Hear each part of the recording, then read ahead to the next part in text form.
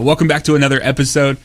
Guys, we're just kind of doing this sporadically. We're doing this when news comes up, when topics come up that we want to talk about, things of that sort. We've had different people in. Boog came in last time by himself. We had a few individuals the first time. This time, this is a one-on-one sit-down with Astrix. Astrix, how you doing, man?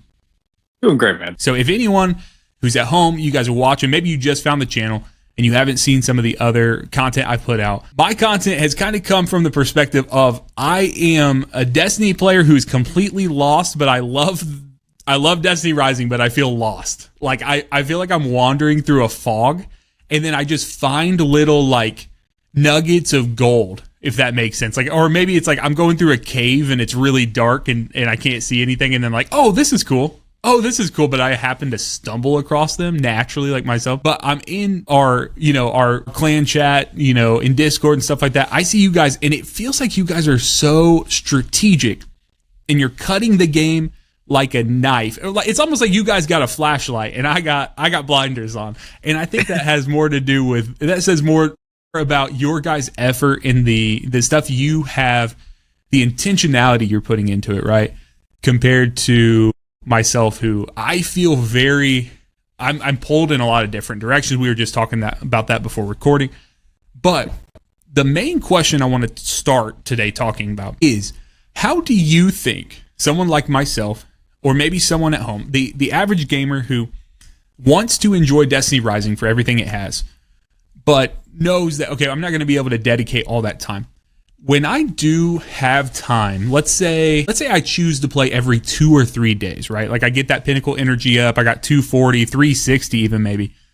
What do you think, or where do you think a person should be placing their energy, right? Their time, their focus. Does that question make sense in the context, or what do you think about that?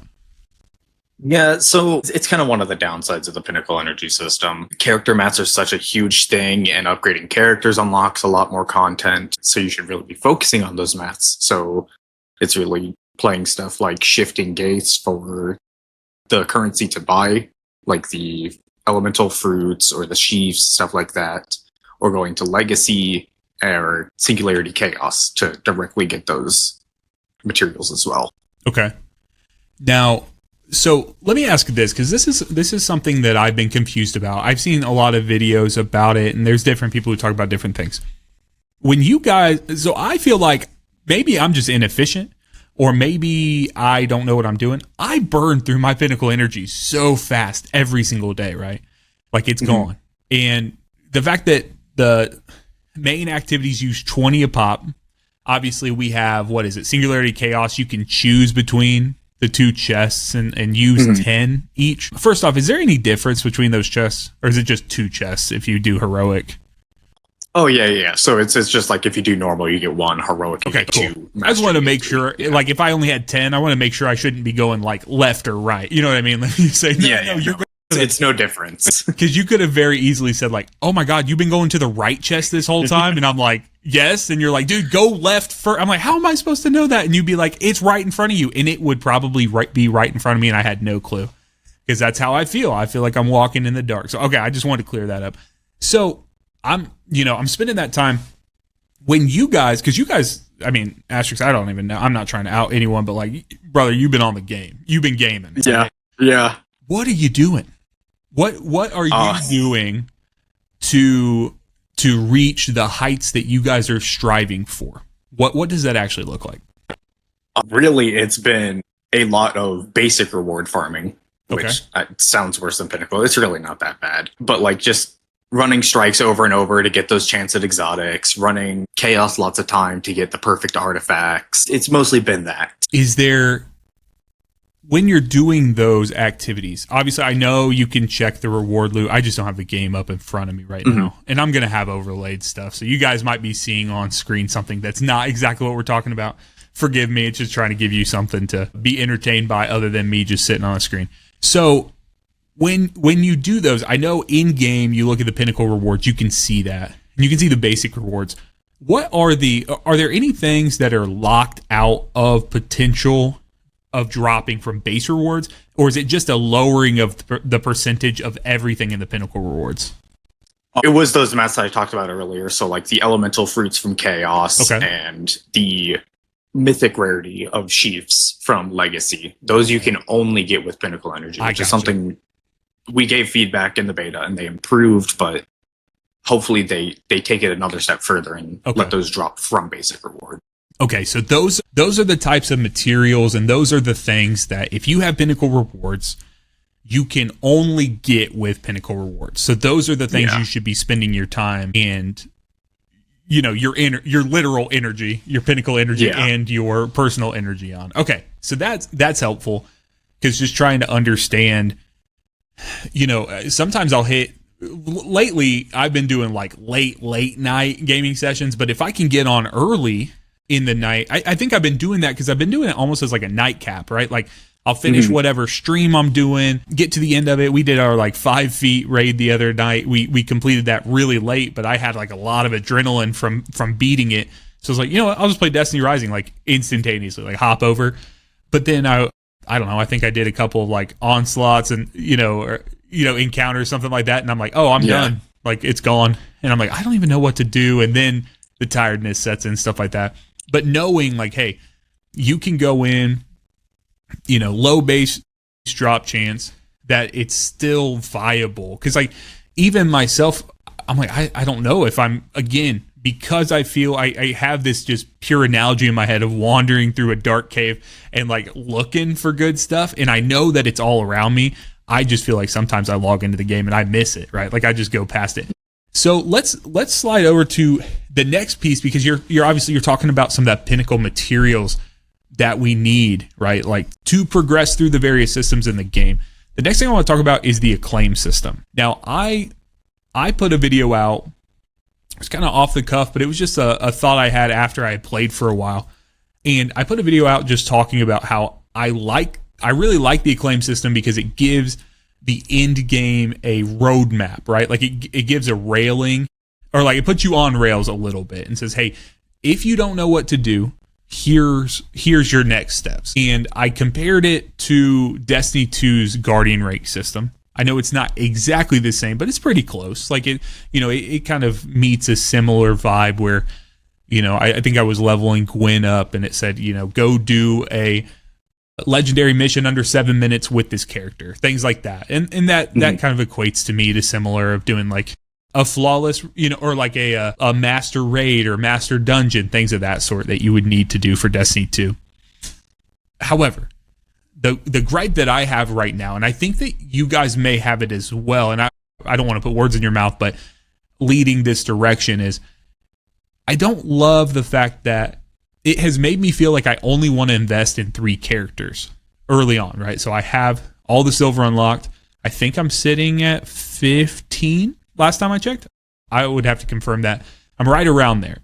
So I'm like trying to get silver on all 3.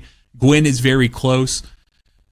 But I want to explore other characters, but I feel like I'm going to be doing myself a disservice if I start putting fruits into characters I've not touched before. Like I have a lot of stuff for Estela, or I'm sorry, not Estela. What's the Arc Warlock? What's her name? Atal? Yes, Atal. I knew they both had L's in the name. Yeah, so I have all kinds of stuff unlocked for Atal, but I can't bring myself to invest in that when I know that I may be right around the corner of having to spend a bunch of elemental fruits on it. What are your thoughts on the Acclaim system, how they have that set up, how the economy around it set up, and do you think that there are things that could be tweaked or improved on? So it's not something that I can speak for the other guys in Konbini, but I also I'm not entirely happy with it. In the beta, it was just increase the power of said character, and so it's kind of nice to have like a little bit of a checklist, like, hey, do this, do that. But it was a lot easier to just get power in the beta, and so it has become more of a wall that you can hit and release. Yeah, I find myself like enjoying having the structure, especially in a game like this where I'm just logging in. I need, if someone asks me, hey, what are you doing today?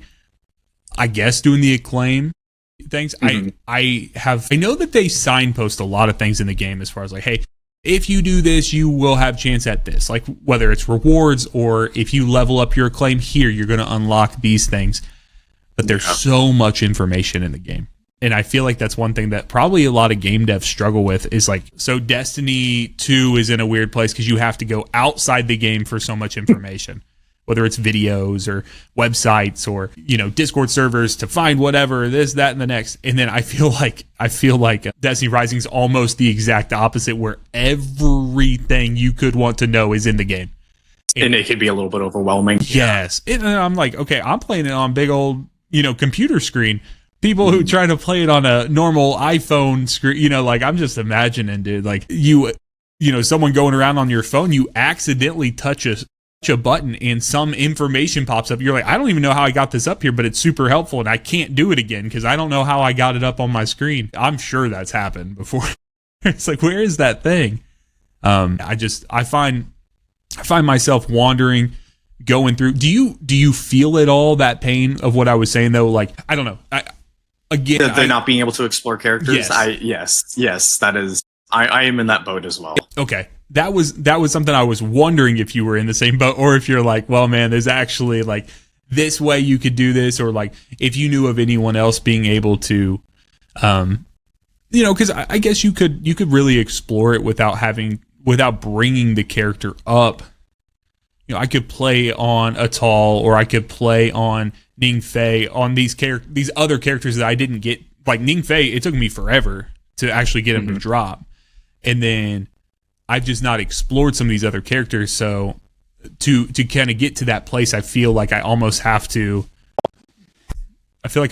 spend time choosing to actively not improve my top characters at this point. And maybe that's a situation because we're so condensed to the beginning of the game. And as we get further, as you continue to log in, spend that Pinnacle energy, get all the elemental fruits, maybe that's something that's just going to dissipate over time. Do you think that's the case? Do you think we're just like a little too early? Yes. So, you know, the game just launched a couple weeks ago. We have a lot of activities and stuff to grind. And well, they will release content faster than D2, I'd say. We're still going to be able to, I'd say, even at a casual pace, to consume it faster than they can put out. So you will catch up. Sure. Well, that's good. That feels good because I always perpetually I feel behind the 8 ball. And now let's say this. Astrix is talking to the person at home. I don't know if I'll ever catch up because I always got something going on, but I would love to. And it's nice to hear that. It's nice to hear that is there. So, okay. So we've talked enough about the acclaim system. We've talked a little bit about how to mix in what to do with that Pinnacle energy to make the most of it. Today, actually, we just got a little bit of news, and I'll be completely honest, I really just saw the Discord light up.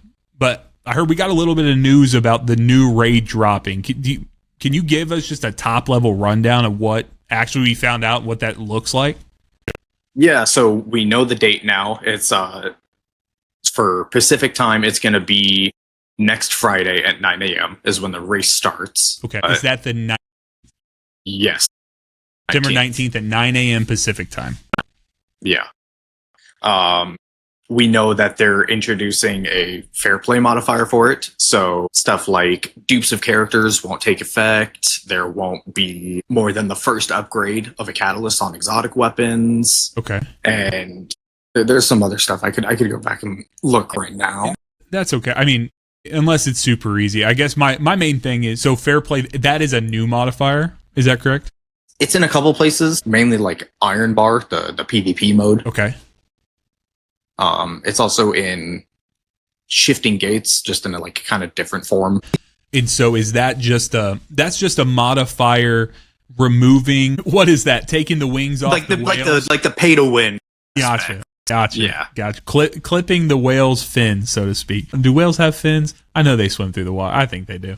Anyways, you know, so as you're going into it, I saw you guys talking a little bit, like, you know, kind of breaking down and saying, oh, hey, this is effective. These are the things that you can lean into. These are the things you can't. So it's exciting that we have that information now, that teams have a little over a week, 9 days from recording to prep for it. Now, Is this a fully new raid, or is this a variation on the existing?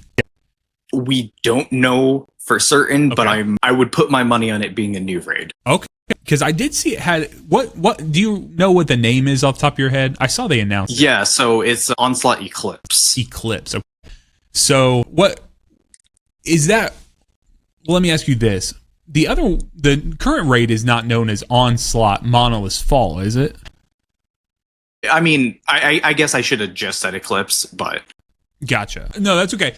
That's why I was trying to, because isn't it like Onslaught? Is it Onslaught Monolith's Fall Blitz or what? Okay, I'm with you. Yeah. That's why I was trying to see. I was like, oh, are they going to sneak in a new name? I was wondering if they were going to kind of sneak that in. And then the other thing that we got announced and we have information on is Estela's release into the game. So knowing that Estela is coming tomorrow at time of recording, September 11th, and will be dropping in the game. I was going to see if I can find any information here. What was Estela's drop like inside of the alpha or the beta test? How did she play? How was she introduced? And what are you kind of expecting for her? So she was very strong in the alpha. She's a summoning unit. So she summons like up to, I think it's 2 little Ahamkaras as like her signature ability. And they'll just kind of do their own thing. They'll attack or they'll like target a specific unit if you mark it with your other ability. And then her super is this big giant Ahamkara that shoots a giant laser out of its mouth. That's awesome. And so she is is she another solar warlock? Solar warlock. Now, does she have she has the same weapon loadout as Kabir, correct? Like pulse rifle? What is, and I see that here in the launch trailer. I'm watching the launch trailer as well for her. What is your feeling on that? Like, I mean, I guess we're going to have that overlap. I'm just a little surprised that we already have that. I mean, yeah, it's kind of sucks. I get it, having a similar loadout unit already, but I don't know. She plays differently enough, I'd say, that it's not too much of a worry. Are there any other characters that are considered summoning units? So there's like a couple weird interactions, like Ningfei, his clone, is counted as a summon. Okay. Kabir's shield is counted as a summon. Interesting. So there's some stuff like that. The launch shield or the static shield that gets played? The static shield that like protects you. Okay, that makes sense. And like I didn't see what they might have tweaked and stuff of that sort, but are you expecting that she's going to kind of rise through the ranks? I'm assuming they have to with her being kind of a limited time. I'm assuming she's a 5-star character. Yeah, she's a 5-star. I don't think she's gonna like dominate the tier list. I think she will be more than viable though. Okay, so Astrix, man, you just segued me perfectly to how I want to end today's conversation, man. I have not had as much time to even consider and look at different characters, and so I've seen a lot of these. And so, guys, at home, you may be sick and tired of seeing tier lists, but hey, this is ours. This is Astrix. I'm going to put in what I can to this, but Astrix, I want to have a conversation. Are you cool with doing a little Destiny Rising character tier list today? Way too early tier list because we've not had the time to get all this stuff. What do you think, man? All right, so first off, just put Tan in S tier. Okay. He's just too good of a unit. Sniper's very good. He's a team buffing unit. It's just a no-brainer pick right there. Love it. And then I guess we can start from left to right now. Okay, so we start. Do you think so with Tan? You think Tan automatically ends up like? So we're gonna take the classic tier list ranking here, right? So we're putting things in the top, and then we're gonna order them throughout. So you think Tan is solid, like locked in at top left corner, like no one would move him from that position? And I would say the only chance that he would be moved from there is Umeko, the Void Hunter, but we don't know if she's been changed or not. Interesting. Okay, all right. So let's get to there. We'll talk a little bit about that as we go through. So we'll kind of we'll just spend like a minute or so as we move through here. So let's talk Atal here. What are your thoughts, your considerations? As I said, I have a lot of things for Atal, but I've not got a lot of time other than base tutorial stuff trying to get in there. What are your feelings? So Atal, I would put in C tier. She has good utility. She has good like group blinding and some decent healing for herself or a teammate. But unfortunately, hand cannons aren't the greatest in Destiny Rising. Yeah, that is fair. And linears are more or less just worse snipers. Gotcha. So. Interesting. That is an interesting distinction when we start talking about taking the identity that we have in Destiny 2 where linears are, heavy linears, right? Like we're talking Queenbreaker, that goes there and how it hits like a truck because it's using heavy ammo. But then when you compress everything into just the two ammo types, looking at linears, I can see how they would lose they would just be worse, right? Like with charge rates, instead of an insta-fire sniper. So, okay, I can understand that. Let's talk here. Let's keep moving. Estela, I would put in high A tier, so very left of A tier. She might move to S tier. We just kind of need to see if anything's been changed about her or how she interacts with the new artifact system. Okay. She might be bumped up to S tier, Gotcha. But for now, I would just keep her in A. Okay. Now, I do have a little experience playing with Finala. Not a ton, but I did play a little bit early on. And so I feel like there is a cool kit there that just gets overshadowed by a lot of other characters. If we're talking close combat, Gwen is gonna take it almost every time, right? Like if you're trying to do fighting in the face, doing that, for sword combat, I've not actually played with Jolter a ton. I've gotten quite a few copies of her actually, but I've not played a ton just because all of my Void centric kit has gone towards Gwen. But I know that a lot of people have really enjoyed playing Jolter, in these first couple of weeks. What's your feelings here with Finala? Finala is another one that I would put in C tier, but above Atal. She has insane survivability, but that's generally not an issue in 99% of content. That's fair. Her fourth upgrade of her weapon mastery kind of does like an explosion when I believe you have it's her like healing or her blazing barrier active, I believe, if I remember correctly. And so that's actually very good at dealing with like groups of ads or even spread Shinkas, which is not one of her main damage types. So she actually does well there. But interesting. It really just comes out to not being able to deal out a huge amount of damage, which is kind of the meta currently. Survivability is not an issue, as I said. Yeah, just pouring as much damage out as quickly as possible seems like, because even the Iskis encounter, that damage, that DPS window is very short. It's not a very long one, and we found that last night as I did my first Sherpa run, playing with some people who were leveled above but were unoptimized, right? Like the conversation that yourself, you, me, Heavenly, and Orion had, just a few days ago that I shared out. That conversation, it showed us, right? Like it opened a lot of people's eyes to the fact, like, oh my gosh, there's so many things going on under the hood of a proper DPS rotation.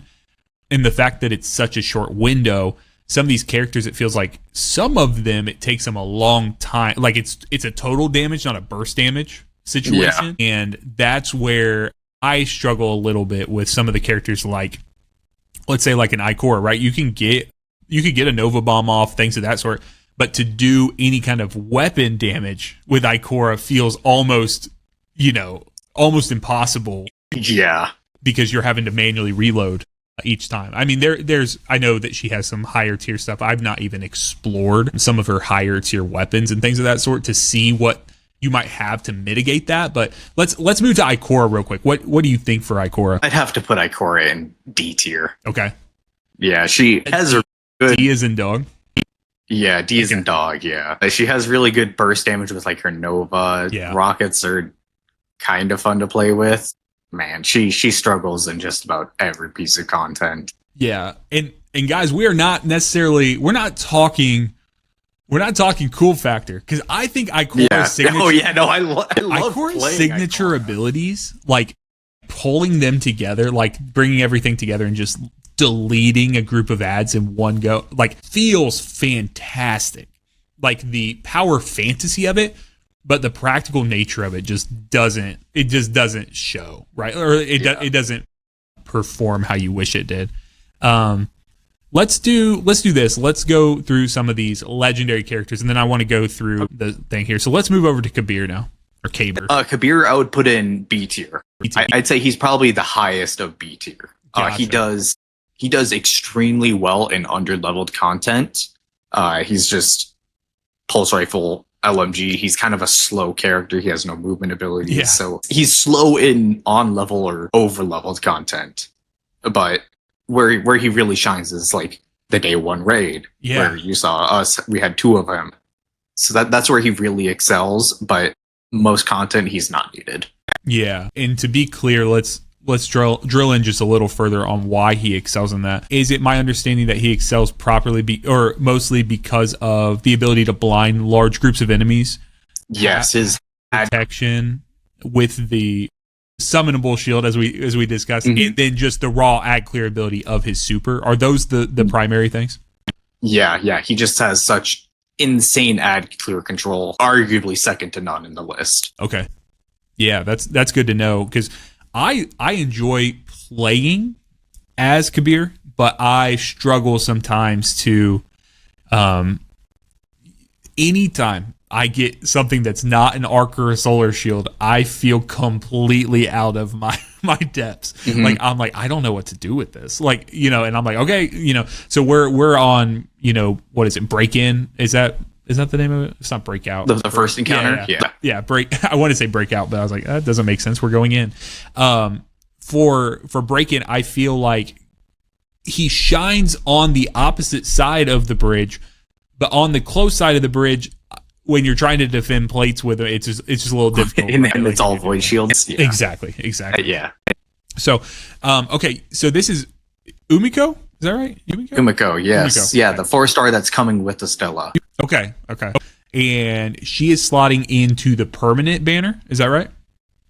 I believe so. She should be. That's how it worked in the beta.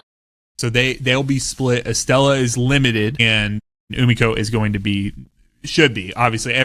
We're doing this before it comes out. So if we're wrong for some reason, that would be weird.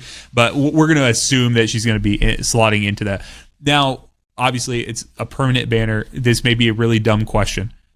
There's no rotating in and out of permanent banner, right? Like that's just an additional tool. Okay, because the reason I had that question at all, and someone's probably going to roast me in the comments, be like, duh, bro, that's what permanent means.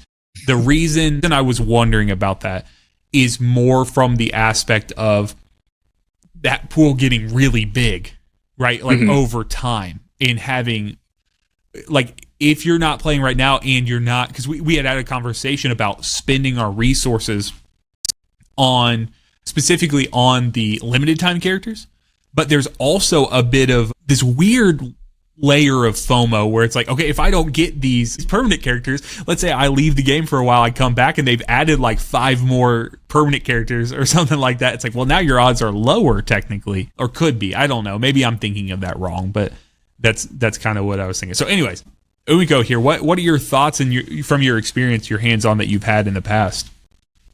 So she was, like, I'd say the best 4-star we had, without a doubt. She debuffs targets. She has 2 dashes, which make her go invisible. So she has good just survivability, just being able to disappear from enemies. And she had like a healing aura when using, I think it was her dash, that would heal herself and all allies within her aura. In the beta, she was a scout sniper user. So much like Tan, had really good damage overall from any range. But the thing is, we had bows available in the beta, but nobody used them. Interesting. And so there's kind of speculation that maybe she'll be bow sniper, but we don't know for certain. Interesting. Yeah, I mean, I don't hate that, but I guess the only problem I could see that happening, and one thing that I think could, like, because I have had people that are heated about the fact that, like, I've already seen comments, Estela, using the same loadout as another character, things like that. You guys, you got to remember that actually reduces down the grind a little bit, because you're not having to grind for exotics and things of a different weapon archetype. You can utilize those across characters. The main thing would be tough if you had to somehow bind an exotic or a mythic to a character. That would suck really bad. So thankfully you can do that. That's the issue I can see with Umeko here. If you have a bow, but let's say your tan is, your weapons on tan are really set well. Obviously we have different element types at this point. So going between the solar and the void, that is an interesting dynamic there. So I'm torn where I was like, yeah, it'd be cool to have some nice, some new weapon archetypes, but on the other hand, it's like, well, if it is the same shared with tan, you're having your work, so to speak, or maybe quartering it down. So where do you think she would sit in this? Let's assume she is exactly like she was in the beta, because that's the only thing we've been hands on. I would put her in S tier. S tier. Yes. Awesome. Because on top of what I said, she also has reload scalers. Okay. So like something like Izanagi where it got nerfed, you'd be able to pop off Izanagi shots way faster than with Tan. That's awesome. All right, we are to our main character here. We are to our boy Wolf. What are your thoughts? And obviously I'm going to have some thoughts as well, since obviously I've played a lot of Wolves, as we all have. I would put him in A tier. He's just a very solid character all around. He has rapid fire. He has spread. He covers a couple different elements. He's an amazing starter character. And the exotic GL that you get for free, once you get the catalyst for it, being able to load up those super grenades, Wolf has a very short super cooldown. So you can just pop those off like it's nothing. And those spawn out of thin air. They don't take out of reserves. Oh, really? So, see, that's not something I think I was maybe intrinsically, like, in the back of my head, I was managing that in, or like, putting that in, just assuming that it was almost like an Izanagi shot, if that makes sense, like consuming that, doing that. So that's actually good. That's a good tip to know there as well. So you think, I love playing as Wolf. I feel like at times I feel a little squishy, but maybe it's something for me. And I'll be honest, I've put way more time and effort into my artifact for Kabir, for Tan, and for Gwen. And I have not, even though I've played Wolf probably the second most out, Gwen has overtaken Wolf for me. But I think I've probably spent the least amount of time looking at my artifact for Wolf. What do you think about the squishiness of Wolf? So there are two artifacts, the first two slots. There's one that makes it so you regen health when you have an overshield active. Okay. And so that'll tie into the second artifact, which is when your shield breaks, you gain an overshield for a limited amount of time. Okay. So those obviously synergize together, but Wolf also gives himself overshields through some of his abilities. Okay. And so that'll help with your health regen as well. I see. Okay. Yeah, because that's another thing I've seen on there is the, like you just mentioned, like mods or artifacts or things like that have an inflection point that has to do with overshields, right? Like, get an overshield, this happens, or obtain an overshield, or your overshield wears out, or something, or something along those lines. Maybe not exactly, but if you have an overshield, or if you're looking to get an overshield, I think that's the main thing for me that's been a little confusing, is the obtaining of an overshield, to be able to invest into that. So I just haven't known personally, okay, well, how do I get said overshield that you're asking me to have? So it's cool to know that, there's actually some artifacts in like slot 1 that can beef up a further slot, down the line. So if you play those together, they'll kind of, play off each other. So, and then let's talk about everyone's favorite boy to pull, Zwanwei. I just love so much. It brings me so much joy every time I see him pop up. When I have a character screen, I'm just hoping it's always him. So, what are your thoughts, man? D tier. Yeah. D as in dog. Probably even below Ikora. Yeah. He has some really cool use cases, but man, he needs a lot of love. Yeah, I've not even fired up. So what do you think? We won't spend too much time on this, but what do you think actually is the issue? Do you think it's a loadout? Because people who have played have said, I think the abilities are cool. Yeah, it's weird about like some of the I don't know if it's a weapon loadout deal. What are your thoughts? So I don't know if you haven't played John Way, fusion rifles act way differently in Destiny Rising than Destiny. Oh, really? They're much more like a charge up auto rifle. It's really weird. Huh.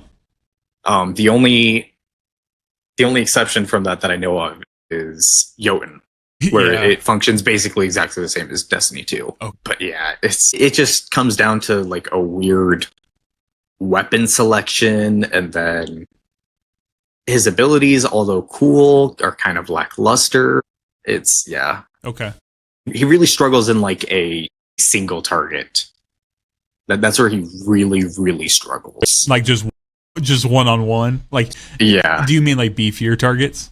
Beefier targets, yeah. So like a yellow Shinko bar or or something, like like a mini boss, yeah. Yeah, I gotcha. There are sometimes I feel that way with Kabir though as well. When I'm up against a tankier, if there's a group of ads, like a group of red bars or something of that sort, I feel like I am in control with Kabir. And then you take them away. It's something about that. It's like you just step it up one. Maybe that's just a skill issue. I mean, it probably is, but it's more of a situation where I just feel like, man, I'm really good at a distance behind my wall, shooting these shields off and blinding and doing that kind of thing. Yeah, I'd say the difference there is just the survivability between the two. I see. John Wei doesn't. His main ad control is pulling the enemies towards you, and it doesn't like blind them or anything. So that is tough. That is tough. I'm starting to remember now the time I spent in the tutorial and not being like, I don't know that I love like in D2. If we had that ability on an Arc Titan to be able to, because I know knockout obviously takes us to the enemy, right? Like with our melees and stuff, but the ability to actually pull a group of enemies together to make sure that they're all getting hit with an ability, that would be super cool. Like to be able to do that. And so I can see the abilities being cool, but that's mostly because D2, I love to say it, I'll say it often, like enemies are basically just health packs for us. Right, like if there's a red bar here, like I'm gonna get a snap melee off, or I'm gonna get some sort of punch off to get knockout and heal myself, things of that sort. Whereas in Destiny Rising, that's not always the case, right? Like it's really dependent on the character that you're playing.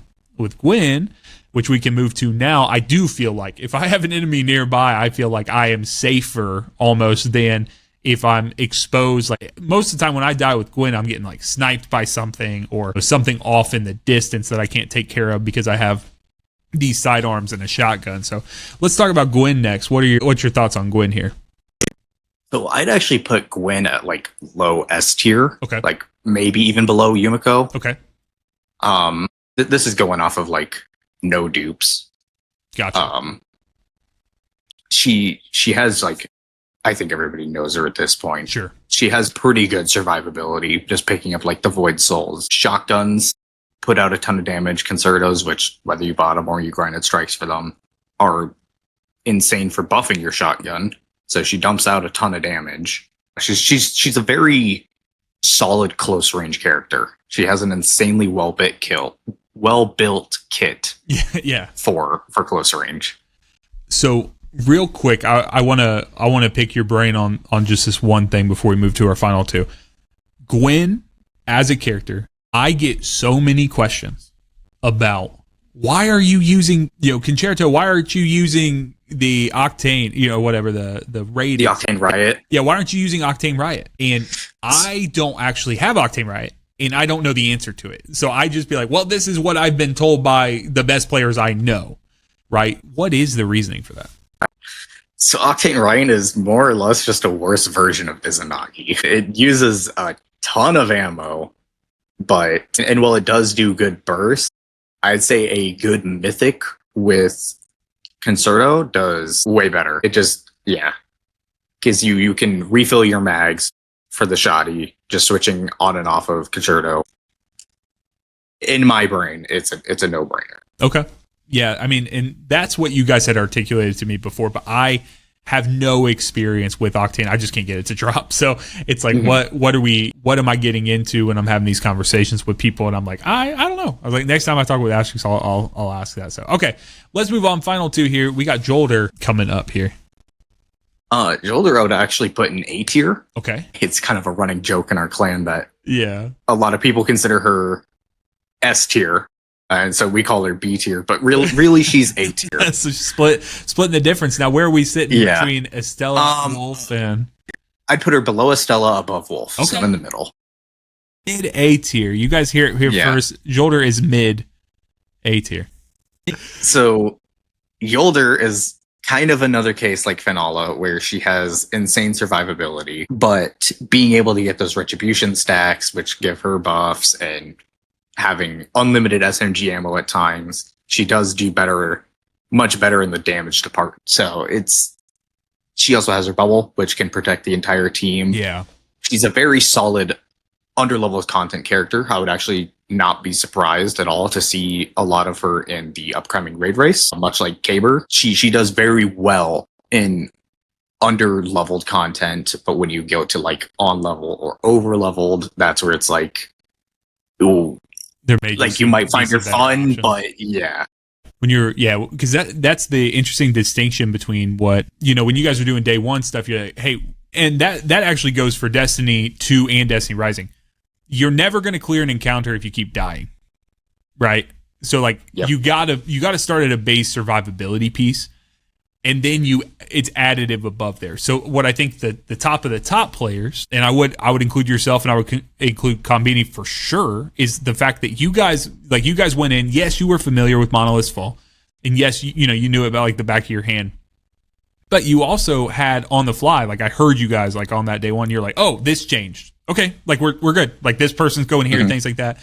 Being able to be flexible, but you can't be flexible if people are dying left, right, and center, right? If people are dead all over the place, if you can't rely on, and sometimes people just have bad days, right? But like if you're concerned and you're like, oh, we're limiting our team composition, we're limiting the people, just using Monolith's Fall as an example, we're limiting the amount of people that can cross the bridge at this point because I don't think they can survive that kind of thing.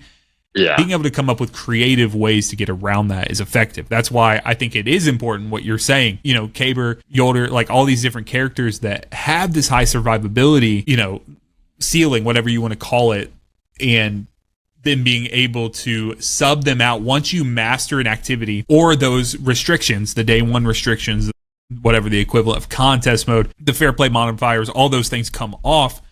Then saying, okay, well, I think there's clearly some better higher tier options here that we can sub in. And I think that's where it comes down, right? Like things start moving down the tier list. And that's what's tough about these, right? Like, cause you're trying to place people on tier lists, but then everything's contextual. It's like, okay, if we're talking day one, then this list would look different than if you're just talking about general feel, which is what we're talking about now. So, all right. Last character, Ning Fei, which I just got a couple of days ago. But I've seen you guys talking about and kidding out and trying to, theory craft on and things like that. What are your thoughts here on the last character? Ning Fei, I would put in A tier. Okay. You really could put him above or below Yolder. I would not argue either way. I think it does better if we put him above. Man, Ning Fei, he got such a glow up going into release. He was, so the artifacts in beta, because the entire artifact system changed. The artifacts in beta didn't really play around him well. He really struggled. By going into full release, man, a lot of them are so good for him. His clones, they take the aggro, they're really good. He has corrupt abilities, so that's just a debuff for the team and yourself. The exotic crossbow that came out for Breakin', man, that thing puts out damage. Nothing's good. Which I've gotten multiple copies of, and I found out just too late last night, folks. Here's a fun tip for you. If you want to upgrade the catalyst for an exotic all the way, you need to have multiple copies of the weapon in your inventory so you don't get resources when you dismantle them. Ask me how I know. Anyways, I don't want to cry on stream about that. So I am looking forward to kitting him out further. What do you think viability? We're talking a little bit about Kaber and Yolder being some options for day one type things with the ability to kind of navigate, have the clones, get through areas, these corrupt abilities you're talking about. Do you think there's anything there, or do you think he's going to be a pass?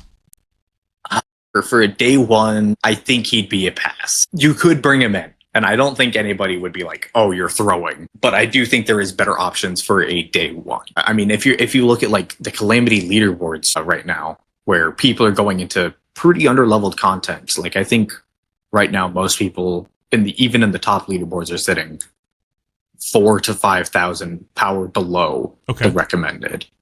Almost every team has a Ningfei because he has decent survivability and he's so good at breaking the rapid fire Shinkas that are in there, as well as putting out damage and breaking arc shields. Gotcha. Like that he's very good. Does he have? Here's one last question I got for you about, and this is just across the spectrum here. What do you know off the top of your head? What characters actually have the capability to single-handedly take care of all 3 shields? All 3 elemental shields? Yes. So I mean, there's Tan with if you're counting Borealis, that alone does it. No, that's fair. I think that absolutely counts. Mostly because I chose Borealis. So, or no, I didn't choose Borealis, but when I log in today, I should be able to get access to it. Gwen does have the capability because she's Void. She has solar sidearms, and then she has a mythic arc shotgun and the octane rocket. So those are arc. Okay. Let's see, Ningfei, because he's arc. He has a Void SMG and a solar crossbow available. Oh, really? Okay. Yolder, because she's Void, she has an arc SMG, and then the best sword, Pager Sky. Yes. Partridge, whatever it is, does Wolf. I don't think Wolf can. Yeah, because even when I might be wrong like, on that, but if you're at home screaming saying, well, yeah, they do. What I'm talking about is like I'm talking about actual high tier play. I'm talking we're talking mythic weapons, we're talking exotic weapons, things of that sort. I'm not talking because Wolf there's a legendary void. That's not what we're talking about here, guys. We're talking about when you start elevating, you get into this high tier content, and you're looking to cover your bases. That's really what I'm talking about. So, yeah, that's actually even if there's more than that. Like we're doing it off the top of our head, so we don't have to linger. But the main thing, I guess, the point I'm making is it is interesting, right? Like that's an interesting consideration to have to make and be like, if we're sending someone on ad clear, because I feel like if Caber could pop everything, because he doesn't have anything viable in the void compartment, does he? He actually has the Gallows machine gun. Okay. So, but that has to exist because I'm not convinced that exists, or at least I can't get it to drop. So, but that's interesting. So being able to use Gallows, but you at that point then you step down Furies, right? You're not on Furies anymore, which is a tough consideration for me too. I'm like, I don't know that I want to take that thing off. So. I mean, Furies is basically a heavy weapon. It's hard to take it off. Exactly. So that's kind of where I come down to. But it's good to know because there's a mythic solar pulse. Is that correct? Yeah. Yes, there is. Okay. So being able to do that, knowing that's an option that you can do, and if you need to. So guys. This is the official top tier. No, I'm just, okay. This is the number 1 tier list of this podcast. So thank you guys for hanging out. Astrix, thanks, man. Thanks for doing this, taking some time away from the game, away from the grind, mind you. I know, man. How could you? I couldn't. No, I'm actually playing right now. I don't know what you're talking about. Honestly, that would have been smart for me to just have the game up so I could have looked at some of the things you were referencing, but I didn't. So, guys, thank you guys for listening. And until next time, be blessed, y'all.